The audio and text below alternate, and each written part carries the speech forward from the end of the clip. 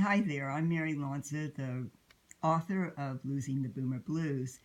And since self publishing authors can't hardly sell one copy a year of their book, except to their dearly beloved friends, I figured that I'll just go ahead and read my book chapter by chapter, day by day, right here on YouTube.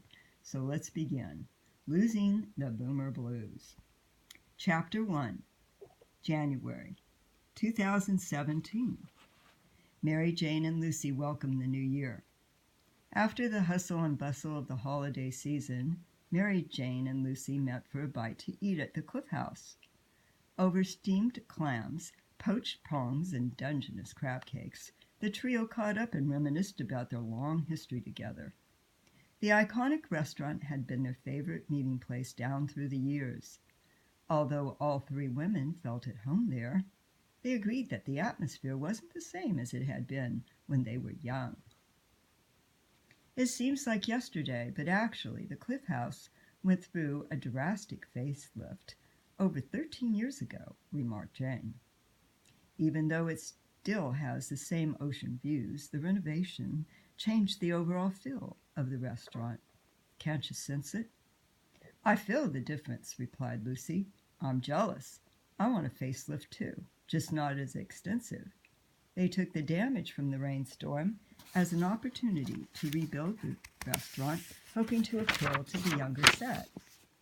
Everything changes in time, including us, said Mary. I'll deal with the wrinkles. I'm too afraid to go under the knife. Jane, raising her crossed fingers, replied, I hope my face cream continues working. I'm afraid of plastic surgery, too. The aging process is nothing to look forward to now. Life passes like the blink of an eye. We're turning 68. Depressing, to say the least. Lucy said, smiling at her friends. Thank God we have one another to lean on. Aging is hard to accept. No fun battling on your own. It gets stressful at times. Birthdays come and go so quickly after 50. Mary, trying to change the depressing topic, brought up a mutual friend to the group. Joni Cohen phoned me last night with some great news. Our 50th year class reunion is coming up. Oh boy, that should be a blast, replied Jane. When's the big event? In September, and Joni's securing the high school gym for dinner and dancing. It sounds like it'll be a lot of fun. Hanging on to her fear of aging, Mary continued. I'm sure everyone will be checking one another out. I've aged, that's a simple fact, but to be on display with all the people who knew me at 18 and see me now makes me a little uncomfortable. Well, replied Jane, the hard, cold fact is that we've all aged. So we're all in the same boat. Yeah, I just hope they won't have a hard time recognizing me, replied Lucy. How embarrassing it'll be if no one has a clue. They'll recognize you, Lucy, replied Mary. You still have your baby face, bleached blonde hair, and big social brown eyes. I'm gray with laugh lines and frown lines, but I have a feeling they'll know who I am. Jane responded with a sly smile. My hair's still short, and thanks to the genie in the bottle, it's brown with light blonde highlights.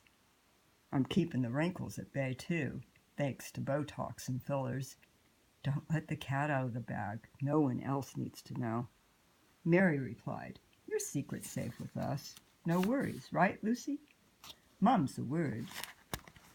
Jane turned to look out the window, and in a contemplative tone said, I fondly remember all those happy times we spent in this bar at our favorite table looking out at Seal Rock. We celebrated so many birthdays together here throughout the years. That we did, replied Lucy. I recall when we met up here to celebrate Fred's 21st birthday. We sat in the main dining room overlooking the ocean. He walked in and did a double take. Boy, was he ever surprised to see the gang instead of just me. He'd been home from Vietnam for only 2 weeks. Luckily, I managed to get his war buddy, Bill Travers, to fly in and join us. Remember that? I remember it like it was yesterday, replied Jane. I'll never forget how shocked Fred was when he walked in and saw all of us. Getting Bill to join us was the best surprise birthday gift you could have ever given him. It also worked out well for Bill when you introduced him to Judy. He ended up becoming a San Francisco transplant and left the Windy City behind. They hit it right off. I think it was love at first sight. They made such a cute couple back then. Yes, and after all these years, they're still together, replied Lucy. Fred and Bill are still close friends and dedicated volunteers at Swords to Plowshares. They've spent over 40 years helping wounded and homeless vets. Speaking of Judy, we just finished showing at Expressions Art Gallery in Berkeley. I wanted to thank you guys for coming to the opening. It always means so much to Judy and me when you both show up. The two of you have been so supportive down through the years. We really appreciate it. That's what friends are for, replied Mary. The older the relationships, the stronger the friendships. We have wonderful memories. It's a blessing we've remained close. Jane pulled her harmonica out of her pocket and began to play. That's what friends are for. Her incredible musical expression never failed to arouse attention. The surprised patrons were amused and then taken aback as she began to sing, and soon they all joined in. Jane loved sharing her amazing gift with everyone. After their meal, they took a stroll along the beach. As they walked, they again reminisced about days gone by and all the good times they had shared at Ocean Beach in the 60s. Kelly Cove had been one of their favorite hangouts. They recalled trying to surf with their boyfriends who had been expert surfers. It was trial and wipeout whenever they jumped on the top of the boyfriends' surfboards. None of the girls had been naturals.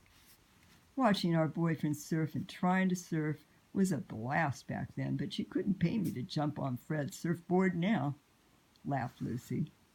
I kind of miss it, though. I worry about Fred and Bob sometimes. They think they're still high school seniors, in their prime. They looked across the street, noticing the condos and the Safeway that stood where Playland used to be.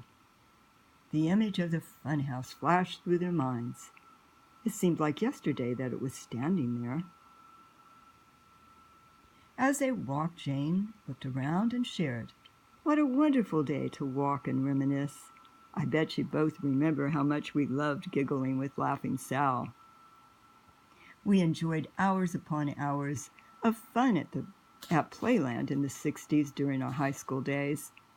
While the guys surfed, we had a ball playing carnival games, spinning on the giant record and sliding down the big wooden slide with on burlap bags.